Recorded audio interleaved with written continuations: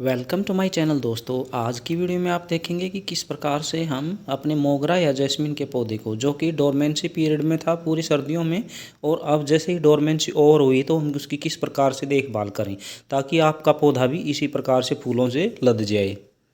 आज की वीडियो में मैं आपको 3 ज़रूरी बातें बताऊंगा जिनको हम अगर करेंगे तो हमारा पौधा भी आने वाले समय में यानी कि मार्च और अप्रैल में पूरी तरह से फूलों से लद जाएगा। तो सबसे पहला काम क्या है, अगर कोई खरपतवार वगैरह इसके अंदर उग गया है तो उसको निकाल दें।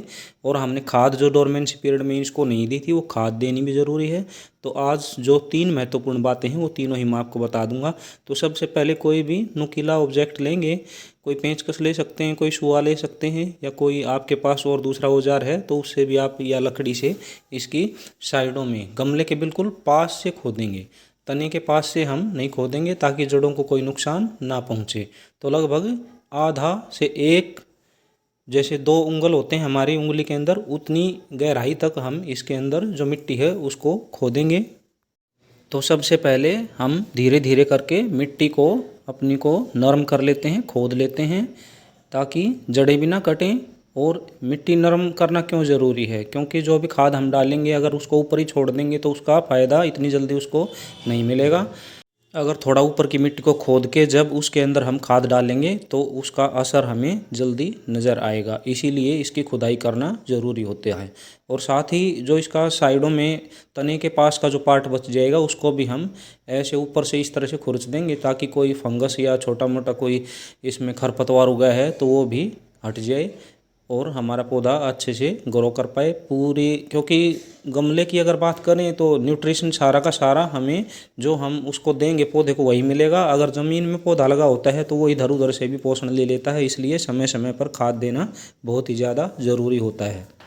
आज जो खाद मैं प्रयोग करूंगा वो मैंने गोबर के कंडे से, जो 30 दिन के अंदर मैंने खाद तैयार की थी उसी का बचा हुआ मेरे पास हिस्सा है, तो उसको हम प्रयोग करूंगा। तो किस प्रकार से हम गोबर के कंडे से खाद बना सकते हैं, अगर इस वीडियो को भी आप देखना चाहते हैं तो उसके लिए मैं लिंक डिस्क्रिप्शन बॉक्स और कमेंट बॉक्स में डाल दूँगा, वहाँ से आप चेक कर सकते हैं।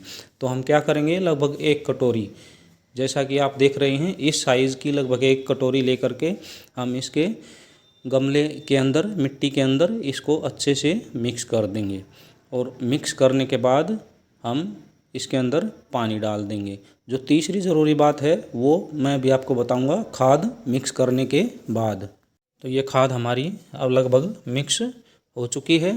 इसी प्रकार से हम 15 से 20 दिन के अंदर या हमें अपने गर्मी में जो फूल देने वाले पौधे हैं उनके अंदर, जो कि स्लो रिलीज़ फर्टिलाइज़र होता है, उसको मिक्स कर देना चाहिए। इसके अतिरिक्त अगर हम डालना चाहें लिक्विड फर्टिलाइज़र या जो हमारे पौधे को तेज़ी से ग्रोथ दे तो उस फर्टिलाइज़र को भी हम महीने में 1 बार यूज़ कर सकते हैं।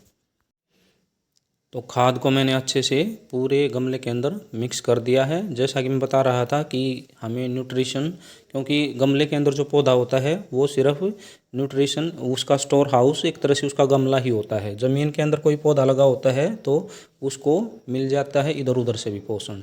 और नेक्स्ट जो काम करेंगे वो हम करेंगे, कोई इसके अंदर जो डेड लीव्स हैं या जो कोई टहनियाँ सूख गई हैं सर्दी की वजह से डोरमेंसी में, तो उनको हमने हटा देना है। अगर नहीं सूखी हैं तो भी जो नोड पार्ट होता है, 2 से 3 नोड पार्ट नीचे हम छोड़ देंगे और उससे ऊपर की जो टहनी है उसकी प्रूनिंग हम कर देंगे। तो अपनी हर टहनी के ऊपर कुछ पार्ट हम इसका काट देंगे नोड पार्ट से थोड़ा सा ऊपर से, ताकि वहाँ से जो दूसरे अभी जो आने वाली नई शूटिंग्स हैं वो इसके अंदर आ जाएंगी। और फिर हम देखेंगे कि जितनी ज़्यादा शूट्स हमारे पौधे पर आएंगी उतने ही ज़्यादा फ्लावर होंगे, क्योंकि जितनी ज़्यादा टहनियाँ होंगी उतनी ज़्यादा कलियाँ आएंगी। और जब टहनियाँ ज़्यादा होंगी, कलियाँ ज़्यादा होंगी, तो हमारे घर के अंदर फूल भी ज़्यादा खिलेंगे। और क्योंकि जैस्मिन का पौधा बहुत ज़्यादा खुशबू देने वाला पौधा होता है, तो आप देखेंगे कि ये अपने घर में ही नहीं बल्कि पड़ोसियों के घरों तक भी इसकी खुशबू पहुंच जाएंगी और लोग सोचेंगे कि इतनी खुशबू, इतनी अच्छी खुशबू कहाँ से आ रही है। तो कटिंग करने के बाद जो तीसरा ज़रूरी काम है वो हम करेंगे, अपने जो पौधा है उसकी पत्तियों के ऊपर आप देखेंगे कि रेत जम जाता है, क्योंकि सर्दियों के मौसम में ओस गिरती है और ओस गिरने से जो रेत मिट्टी इधर उधर से उड़ती है वो सारी चिपक जाती है। तो हमने पत्तों को अच्छे से धो देना है। आप स्प्रे से धो सकते हैं, अपने हाथ से धो सकते हैं। इसको धोने के लिए सिंपल वाटर का भी प्रयोग कर सकते हैं, और चाहें तो कोई भी ऑर्गेनिक जो हमारा हैंड वॉश होता है या शैम्पू का प्रयोग भी हम कर सकते हैं। तो अच्छे से हम पत्तियों को धो देंगे, इनके ऊपर जो भी रेत मिट्टी है उसको हटा देंगे।